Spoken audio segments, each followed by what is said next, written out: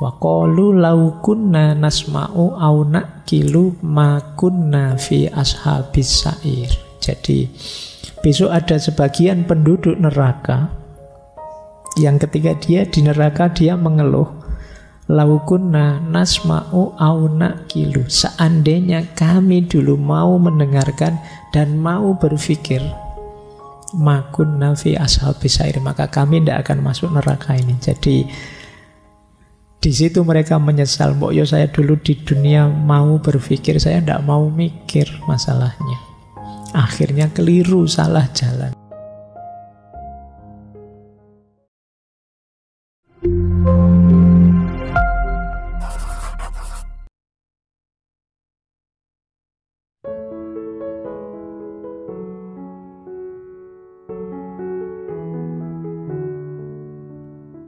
Oke, mungkin ada yang tanya, apa sih yang dikhawatirkan biasanya oleh orang-orang beragama dari filsafat? Ini yang harus kalian jawab ya, yang rajin ngaji filsafat. Apa iya begini? Ada alasan bahwa filsafat itu mesti tabrakan dengan ajaran agama. Yang kedua, ada yang bilang filsafat itu menantang. Filsafat itu tidak percaya pada semua otoritas religius. Apa ya begitu? Ini masing-masing harus didiskusikan panjang. Ini saya mancing kalian saja. Mumpung akhir tahun, sopo ngerti banyak yang gabut. Jadi silahkan tak kasih PR, kamu mikir-mikir ini ya. Ada yang bilang filsafat itu fokusnya dunia saja. Jadi orang belajar filsafat itu tidak mungkin mikir akhirat sih, pikir dunia saja, sekuler. Ada yang bilang belajar filsafat itu membuat orang tidak percaya moralitas, menganggap moralitas itu relatif dan ambigu. Ada juga yang bilang orang belajar filsafat itu biasanya sombong secara intelektual, angkuh, merasa diri lebih pintar dari yang lain. Ada juga yang bilang belajar filsafat itu berpotensi jadi ateis. Ini banyak yang bilang begitu ya. Ini nanti coba kamu diskusikan ya satu-satu, apa ya begitu. Apa kamu sendiri juga pernah ngalami yang seperti ini setelah belajar-belajar filsafat, mengikuti ngaji filsafat? Kalau iya, ya mumpung belum bahaya, kamu minggir saja, kan gitu. Nanti yang disalahkan saya nanti. Oke, coba dianalisis secara jernih ya. Apa memang filsafat itu selalu tabrakan dengan agama? Apa memang filsafat itu selalu meremehkan otoritas religius? Apa yang dipikir hanya dunia saja? Apa menganggap moralitas itu selalu relatif? Apa terus mesti sombong? Dan apa mesti jatuh jadi ateis? Nah, ini kalian urai nanti. Apa iya begitu? Dari pengalaman mungkin yang sudah lama ikut ngaji filsafat. Lanjut. Nah, sekarang kita lihat beberapa ya, masih ada waktu 10-15. Saya baca agak cepat pendapatnya para filosof muslim tentang hubungan filsafat dan agama. Saya awali dari Al-Kindi. Ini kalimat ini menarik, sering saya kutip. Kata Al-Kindi, sesungguhnya dalam keadaan apapun orang tidak bisa menolak filsafat. Jika dia menerima filsafat, maka dia akan mempelajarinya. Jika dia menolak filsafat, dia juga harus berfilsafat untuk membuat argumen tentang kebenaran dirinya. Argumen tersebut juga termasuk dalam filsafat. Jadi kalau ada orang anti filsafat, kamu tanya saja, alasanmu apa anti filsafat? Terus kan dia jawab, alasanku ini loh. Begitu dia berargumen seperti itu, sebenarnya dia sedang berfilsafat. Jadi tidak bisa orang tidak filsafat. Dia akan selalu jatuh pada berpikir rasional yang filosofis. Ini kata Al-Kindi. Saya lanjutkan. Kata beliau lagi, filsafat, belajar pikiran-pikiran para filosof itu bagian dari ketika kita menyambut kebenaran. Kata Al-Kindi, sewajarnya kita tidak usah malu menyambut dan menerima kebenaran dari manapun asalnya, walaupun dari bangsa atau umat yang jauh berbeda dengan kita. Sesungguhnya tidak ada yang lebih utama bagi pencari kebenaran daripada kebenaran itu sendiri. Adalah tidak wajar merendahkan serta meremehkan orang yang mengatakan dan mengajarkannya. Tidak ada seorang pun yang rendah dengan sebab kebenaran. Bahkan semua orang akan mulia oleh kebenaran. Para filosof, para ilmuwan, semua berikhtiar mencari dan menemukan kebenaran. Kalau bahasa agama ya mereka semua sedang belajar.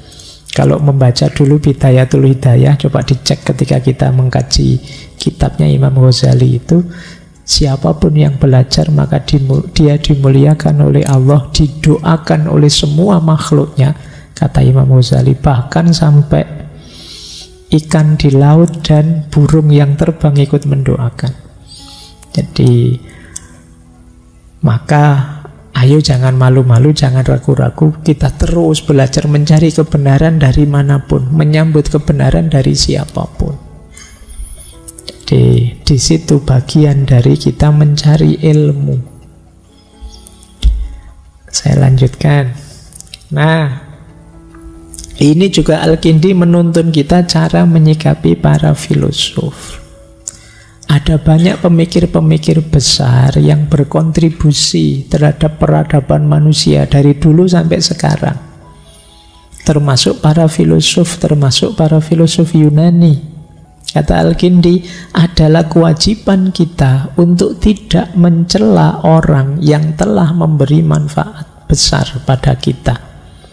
Meskipun para filosof itu tidak berhasil mencapai sebagian kebenaran, mereka adalah saudara yang telah memberikan buah pikiran bagi kita, sehingga menjadi jalan dan alat untuk mengetahui banyak hal yang belum mereka capai. Para filosof juga menyadari bahwa tak seorang pun mencapai kebenaran yang sempurna dengan upaya sendiri. Masing-masing pihak mungkin hanya dapat memperolehnya sedikit. Tetapi bila dihimpun butir-butir yang sedikit itu, niscaya akan menjadi saling mengutuhkan. Kita harus menghargai siapapun dia, ilmuwannya, filosofnya, ulamanya, dengan apapun gagasannya.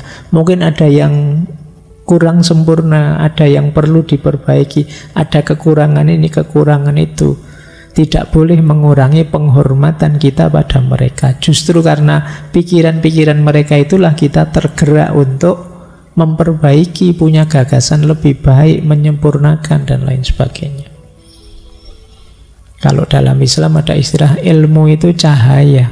Berarti siapapun yang dilimpahi ilmu, kebenaran dalam bentuk apapun, sebenarnya sedang memperoleh cahayanya Allah dalam bentuk apapun juga. Maka kata Al-Kindi, yuk kita tetap hormati siapapun itu yang menebar kebenaran, menebar ide, menebar gagasan, meskipun mungkin masih belum sempurna, masih banyak kurangnya. Yaitu jadi tanggung jawab kita saat ini untuk menyempurnakannya. Saya lanjut Ibnu Rus, Faslul Maqol. Ini saya kasih ayat ya biar kalian percaya bahwa ini tidak sekedar ngomong, ada dalilnya. Ada banyak. Ibnu Rus antara lain menggunakan ayat-ayat itu untuk menyebut bahwa Al-Quran juga mendorong kita berfilsafat. Yang pertama Al-Hasyr ayat 2, fa'tabiru ya ulil absor. Maka ambillah ibrah. Loh, kalau kita tidak mampu berpikir sampai level filosofis, sulit kita mengambil ibrah. Atau surat Al-A'raf ayat 185. Apakah engkau tidak melihat di semesta langit dan bumi dan apapun yang diciptakan Allah, segala sesuatu. Jadi ini kita diminta untuk mengamati, melihat, mengilmui apapun di sekeliling kita. Termasuk surat Al-An'am ayat 75 yang di sini Allah menceritakan seperti itulah Allah memperlihatkan pada Ibrahim semesta langit dan bumi sehingga dia menjadi yakin. Juga surat Ali Imran ayat 191. Ini orang-orang yang ingat Allah dalam keadaan berdiri, duduk, berbaring, kemudian dia berpikir tentang ciptaan langit dan bumi, kemudian berkata, Rabbana ma khalaqta hadza batila subhanaka faqina adzabannar. Ada ayat lain yang saya hafal, ada ayat yang bunyinya begini. Wa qalu law kunna nasma'u aw naqilu ma kunna fi ashabis sa'ir. Jadi besok ada sebagian penduduk neraka yang ketika dia di neraka dia mengeluh, law kunna nasma'u aw naqilu, seandainya kami dulu mau mendengarkan dan mau berpikir, ma kunna fi ashabis sa'ir, maka kami tidak akan masuk neraka ini. Jadi di situ mereka menyesal, mbok yo saya dulu di dunia mau berpikir, saya tidak mau mikir masalahnya. Akhirnya keliru, salah jalan. Maka itu juga bisa dipakai dalil untuk kita berfilsafat. Nah, kata Ibnu Rus lagi, filsafat dan syariat itu sebenarnya dua jalan yang berbeda menuju hakikat kebenaran yang sama. Yang satu menggunakan akal ya sumbernya Allah. Yang satu menggunakan wahyu apalagi sumbernya Allah. Kebenaran dari dua jalur saling mendukung, saling menguatkan. Kata Ibnu Rus, akal dan wahyu itu seperti saudara susuan, ukhtur rodi'ah, yang tidak mungkin dipisahkan. Akal memerlukan wahyu karena ada masalah-masalah di dunia ini, khususnya yang berkaitan dengan metafisik yang tidak bisa dicapai oleh akal. Akal juga terbatas, dia perlu wahyu. Sementara wahyu juga memerlukan akal, karena tanpa akal wahyu tidak bisa dipahami. Makanya dulu saya bilang, mana lebih penting, akal atau wahyu? Dua-duanya penting. Akal kalau tidak ada wahyu, ya dia sangat terbatas, mudah terpeleset, tidak punya orientasi. Wahyu kalau tidak ada akal, dia apa bisa dipahami kalau akal kita ngaco, kalau akal kita macet. Dua-duanya penting, dua-duanya sumbernya Allah. Nah, ini menurut Ibnu Rus. Nah, ini menarik kata Ibnu Rus. Gimana kalau ada orang sesat? Kan kita sering takut belajar filsafat terus sesat. Kata Ibnu Rus, kalau sampai terjadi seseorang menjadi sesat setelah mempelajari karya-karya itu, mungkin disebabkan oleh lemahnya kemampuan dirinya, atau dia tidak mampu mengendalikan diri, atau dia tidak ketemu seorang pembimbing untuk menjelaskan yang terdapat dalam karya-karya itu. Ini diakui oleh, mungkin ada orang yang memang sesat beneran, tapi hal itu tentu saja tidak boleh menghalang-halangi karya-karya itu dipelajari untuk mereka yang memang punya kemampuan untuk mempelajarinya. Kasus negatif semacam itu adalah sesuatu yang terjadi secara kebetulan, bil arad, dan tidak secara esensial, bizat. Sesuatu yang secara esensial mampu memberi manfaat tidak boleh disia-siakan hanya karena ada fenomena dzaror yang terkait dengannya secara aksidental. Jadi misalnya ada loh orang minum air putih tersedak terus meninggal. Tapi kan tidak terus, jangan minum air putih kalau begitu, kan tidak begitu. Wong itu tadi insidental. Bismillah, kita minum dulu.